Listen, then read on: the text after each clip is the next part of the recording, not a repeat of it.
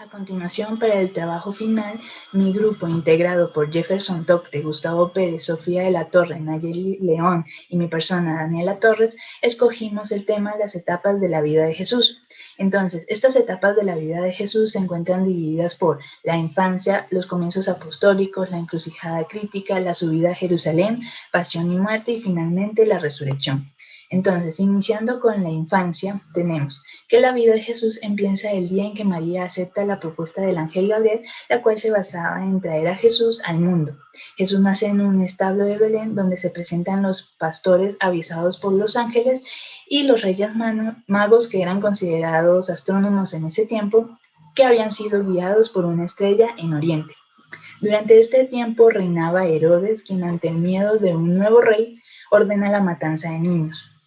Ante la inseguridad y el peligro que sentían los padres de Jesús, toman al niño y deciden huir a Egipto. Después de algún tiempo regresan a lo que sería Palestina al recibir la noticia de la muerte de Herodes. Sin embargo, saben que no se pueden quedar en Jerusalén, ya que con Arquelao, que era el hijo de Herodes, la vida de Jesús seguía peligrando. Entonces, luego de varias charlas de José y María, José logra convencer a María de que se asienten en Nazaret. Allí es donde Jesús vive.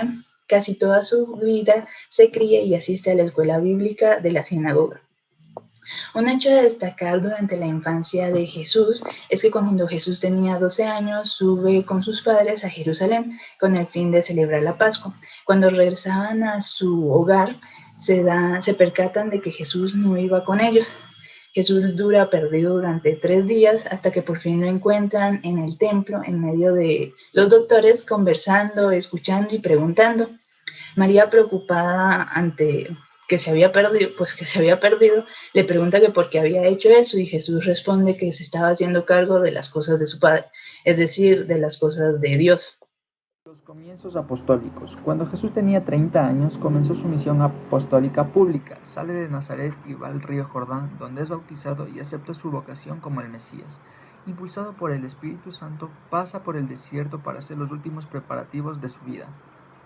Ahí fue tentado por el diablo. Entonces, acercándose el tentador, le dijo: si eres hijo de Dios, di que esas piedras se conviertan en panes. Jesús respondió: escrito está, no solo del pan vive el hombre, sino de toda la palabra que sale de la boca de Dios. Después de esto, le transportó el diablo a la ciudad santa de Jerusalén y le puso sobre el alto templo y le dijo: si eres hijo de Dios, échate aquí abajo, pues escrito está que te han encomendado a sus ángeles, los cuales te tomarán en las palmas de sus manos, para que tu pie no tropiece contra alguna piedra.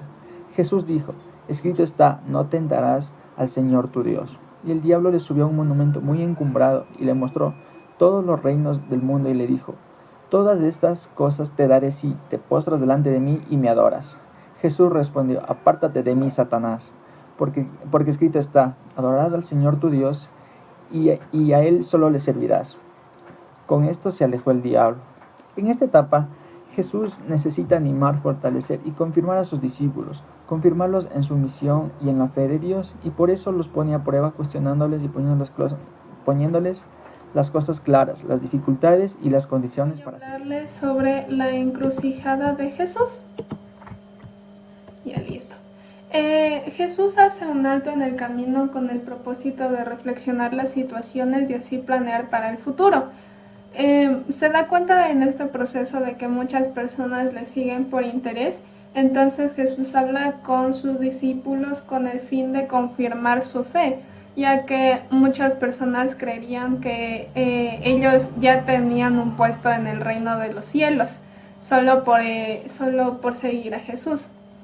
Entonces Jesús igual prepara a sus discípulos, les habla con el fin de que ellos van a tener que pasar en muchas cosas, van a tener que enfrentar muchos problemas, así como también les habla de que Jesús va a morir. Prepara a sus discípulos con el fin de decirles, con el fin de que confíen en Él, ya que Jesús les dice que deberán dejar todo atrás, todos los bienes materiales atrás, para poder ganar como que la vida que Él les dará. En el camino de Jesús varias personas se dan cuenta de que esto es abrumador, entonces muchas personas empiezan a abandonar a Jesús, empiezan a dejarlo de lado, ya por no querer perder los bienes materiales o porque el camino es muy difícil. Entonces podemos ver en la imagen cómo es este camino, prácticamente la encrucijada que se tiene, si de seguir con Jesús, si de echarse para atrás, si de ajustar y mejorar para bien común o acomodarse al sistema. La subida a Jerusalén de Jesús de Nazaret. Jerusalén. Vamos a dar una explicación rápida de qué es Jerusalén.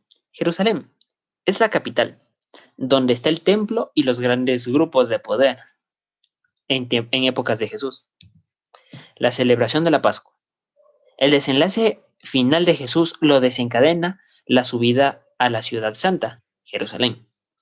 El Evangelio de San Juan refiere que Jesús celebró 3 fiestas de Pascua durante su vida pública. Una en relación con la purificación del templo. Otra con ocasión de la multiplicación de los panes. Y la última, la Pascua de muerte y resurrección. ¿Cómo describieron la llegada de Jesús los profetas? Entró a lomos de un asno, para que se cumplieran las palabras del profeta Zacarías. He aquí, tu rey viene a ti, manso y montado sobre un asno, sobre un pollino hijo de una bestia de carga. Fue recibido por una multitud que lo aclamó, Hijo de David.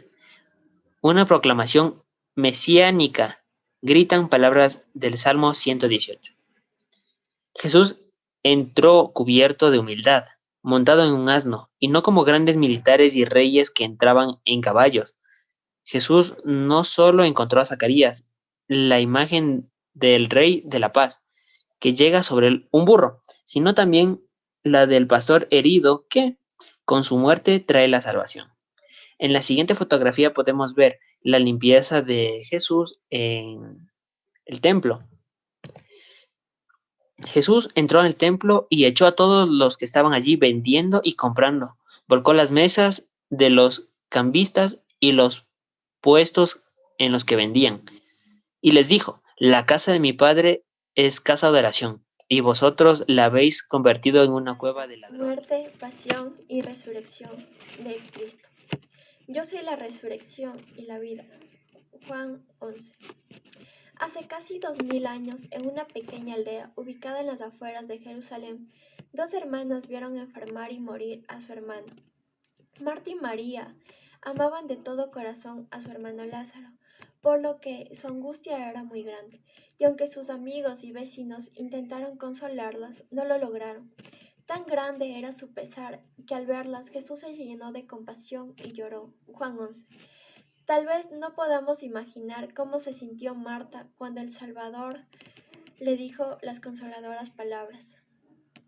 Tu hermano resucitará. Juan 11. La respuesta de Marta ante las palabras de Cristo reflejaba cierto entendimiento del plan de salvación. Yo sé que resucitará en la resurrección en el día postrero. Juan 11. A su vez, la respuesta del Señor a Marta fue muy consoladora. Yo soy la resurrección y la vida. El que cree en mí, aunque esté muerto, vivirá. Y todo aquel que vive y cree en mí, no morirá eternamente. Juan 11. Entonces Marta dio solemne testimonio de él. Yo he creído que tú eres el Cristo, el Hijo de Dios, que has venido al mundo. Juan 11. La fe de Marta se vio pronto recompensada cuando ella y María fueron consoladas por el poder de Dios, manifestado al levantar a su hermano de entre los muertos. La muerte y resurrección del Salvador. El Salvador dio la vida por las personas que estamos hoy en la tierra. Entregó su sangre por nosotros. En una ocasión, un fariseo llamado Nicodemo se acercó de noche al Salvador. Impresionado por sus milagros, Nicodemo buscaba palabras de consejo, y Jesús le enseñó a ese fariseo que debemos nacer de nuevo. Fue entonces que el Salvador profetizó: Y como Moisés levantó la serpiente en el desierto, así es necesario que el Hijo del Hombre